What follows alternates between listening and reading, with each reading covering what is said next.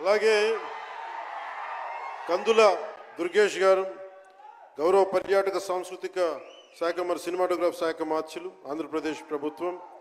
అలాగే ప్రత్యేకించి రఘురామకృష్ణరాజు గారు, మీకు తెలుసు కదా, ఆయన గురించి చెప్పక్కర్లేదు కదా. గౌరవ ఆంధ్రప్రదేశ్ శాసనసభ ఉపసభాపతి, ఆయన మాటని శాసనసభలో చూడాలి, చాలా ఆనందంగా ఉంటుంది ఆయనతోటి. వారికి కూడా నా ప్రత్యేకంగా ధన్యవాదాలు.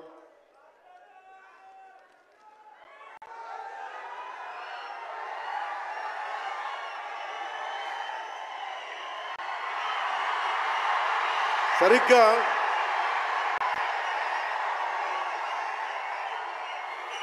ఒక 2 సంవత్సరాల క్రితం భీమ్లా నాయక్ రిలీజ్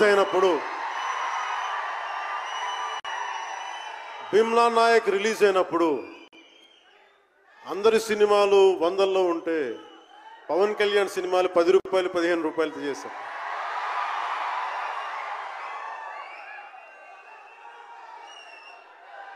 నేను ఒకటే చెప్పాను ఆ రోజున, మనల్ని ఎవడు రాపేది.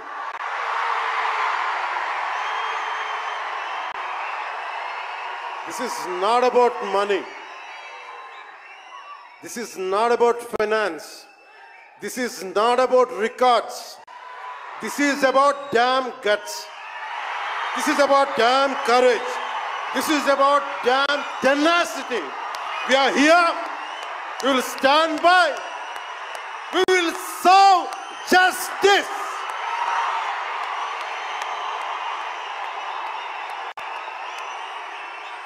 పవన్ కళ్యాణ్ ఎప్పుడు రికార్డుల కోసం ప్రయత్నం చేయాల.